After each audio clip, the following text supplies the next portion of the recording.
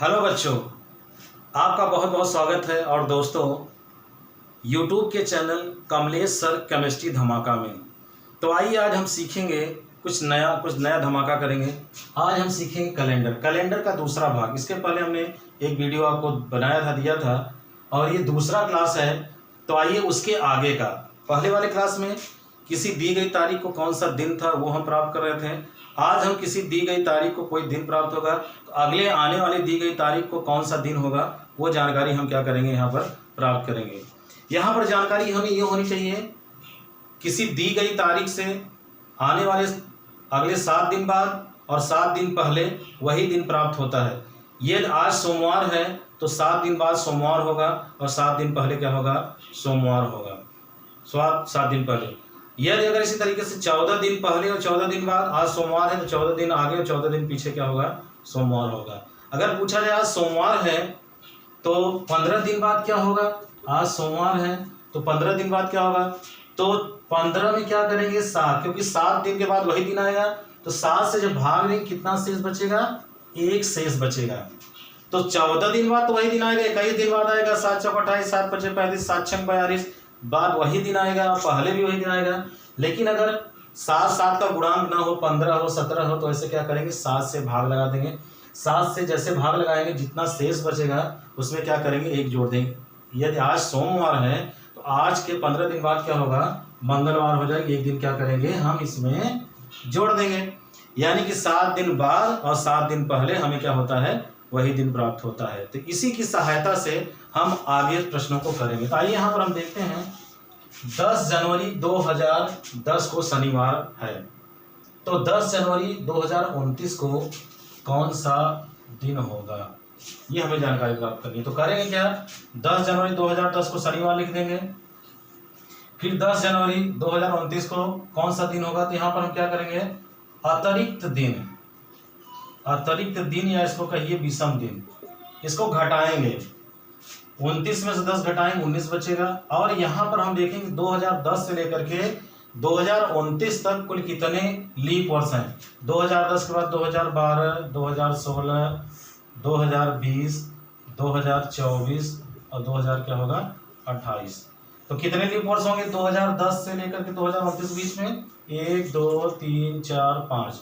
तो उन लीप वर्षों को भी क्या कर दिया जाता है, जोड़ दिया जाता है अतिरिक्त दिन याद करने के लिए। जोड़ने पर कितना आया, 24 आया। जितना आए, अब क्या करेंगे, इसमें हम 7 से भाग लगा दें। तो 7 से भाग लगाएंगे, 7 त्रिक 21, शेष बचा कितना, 3, 24 हो जाएगा। तो शेष कितना बचा, यहाँ पर 3 बचा। तो 3 क्या करेंगे, शनिवार में हम क्या करेंगे, जोड़ देंगे। तो आने वाला जो दिन होगा जो हम चाहते हैं इसमें 3 जोड़ देंगे। शनिवार में 3 जोड़ेंगे, रविवार, सोमवार, मंगलवार क्या हो जाएगा, हमें पता चल जाएगा। यानी कि हम यहाँ पर क्या गणना कर रहे हैं, हमें दी गई तारीख और दिया गया महीना समान रहेगा और ईयर क्या रहे, अलग अलग रहे, ईयर डिफरेंस रहे और ये सेम रहेगा। तो गणना कैसे करेंगे, इस तरीके से गणना करके हम क्या करेंगे, इसको सन को हम घटा देंगे, उसमें कितने लीप वर्ष होंगे उसको जोड़ लेंगे और 7 से भाग देंगे। जितना शेष बचेगा वही अतिरिक्त दिन होगा। अब वही अतिरिक्त दिन क्या होगा, आगे की तरफ जाएंगे जोड़ देंगे, अगर पीछे की तरफ जाएंगे क्या करेंगे, घटा देंगे। शनिवार में 3 दिन जोड़ देंगे, 3 दिन बढ़ा देंगे, क्या हो जाएगा, मंगलवार प्राप्त हो जाएगा। तो अब आइए इसके आगे के हम प्रश्नों को करेंगे। अब हम आगे बढ़ते हैं दूसरे प्रश्न की तरफ। यहाँ पर हम देखते हैं 10 अक्टूबर 2019 को मंगलवार है, तो 10 अक्टूबर 2009 को कौन सा दिन था। तो यहाँ पर हम देख रहे हैं कि 10 अक्टूबर 2019 को मंगलवार था, तो 10 अक्टूबर 2009 को कौन सा दिन था। यानी कि हम क्या कर रहे हैं, पीछे की तरफ हम देख रहे हैं, जा रहे हैं 2019 से 2009 की गणना कर रहे हैं। तो अतिरिक्त दिन ज्ञात करने के लिए हम तरीका वही लगाएंगे। यहाँ पर देखेंगे 19 में से 9 घटा देंगे, कितना बचेगा, 10 बचेगा। अब हम गणना जब करेंगे तो प्रारंभ से अंत की तरफ बढ़ेंगे। 2009 से 2019 तक के बीच में देखेंगे कितने लीप वर्ष हो रहे हैं। तो 2009 से तो देखेंगे तो 2012, 2016, उसके बाद 2020 आ जाता है, 20,000 दिया नहीं जाएगा। तो कितने लीप वर्ष आ रहे हैं, 2 लीप वर्ष आ रहे हैं। 2009 से 2019 तक कितने लीप वर्ष, 2 लीप वर्ष। 2 लीप वर्ष इसमें क्या करेंगे, जोड़ देंगे। तो 10 2 कितना हो गया, 12 हो गया। अब इसको क्या करेंगे, 7 से भाग लगा देंगे। 7 से जैसे ही भाग लगाएंगे 12 में, तो 7 एकम 7, शेष कितना बचेगा, शेष आपका बचा 5, शेष आपका 5। अब क्या करेंगे, हम गणना ये देख रहे हैं कि हम ज़्यादा से कम की तरफ चल रहे हैं, तो अगर हम ज़्यादा से कम की तरफ चलेंगे तो घटा देंगे, और कम से ज़्यादा की तरफ चलेंगे तो जोड़ देंगे। इसका मतलब क्या हुआ, मंगलवार में हम क्या करेंगे, 5 घटा देंगे। मंगलवार के 5 दिन पहले, तरीका ये होता है कि अगर 5 दिन पहले को घटाना हो तो उसमें 2 जोड़ सकते हैं, 4 दिन पहले करना है तो या उसमें 3 दिन जोड़ दीजिए। 7 का क्रम हो, 5 2 7 हो, कभी माइनस में हो तो अगला प्लस में हो, माइनस में हो तो अगला क्या हो, प्लस में हो। यानी या तो हम इसमें 5 घटा दें या तो जो जोड़ देंगे। तो मंगलवार, बुधवार और क्या हो जाएगा, बृहस्पतिवार। यानी कि मंगलवार के 5 दिन पहले क्या हो जाएगा, बृहस्पतिवार, यानी कि गुरुवार हो जाएगा। तो इस तरीके से जब हमें क्या हो, डेट समान हो, मंथ भी समान हो और ये ईयर डिफरेंस हो। एक प्रश्न हमने किया कि आगे की तरफ जाएंगे तो जोड़ेंगे, और देखिए 2019 से 2009 की तरफ जा रहे हैं तो क्या करेंगे, हम उसमें घटा देंगे। लेकिन गणना करते समय हम क्या करेंगे, 2009 से 19 की तरफ चलेंगे।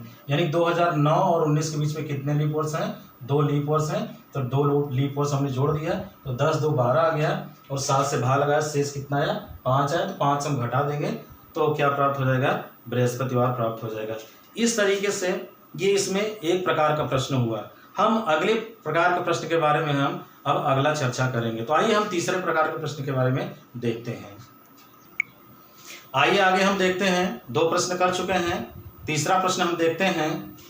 29 अप्रैल 2005 को मंगलवार है, तो 15 अगस्त 2005 को कौन सा दिन है। यहाँ पर क्या हो गया कि यहाँ पर ईयर सेम हो गया।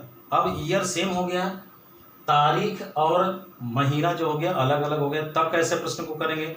अभी तो हमारा क्या था, तारीख और महीना क्या था, समान था, ईयर डिफरेंस था। अब ईयर समान होगा, ईयर डिफरेंस होगा तो क्या होगा। तो यहाँ से हम प्रारंभ करेंगे, शुरू से करेंगे, जनवरी से स्टार्ट करेंगे या शुरू से और अंत तक जाएंगे।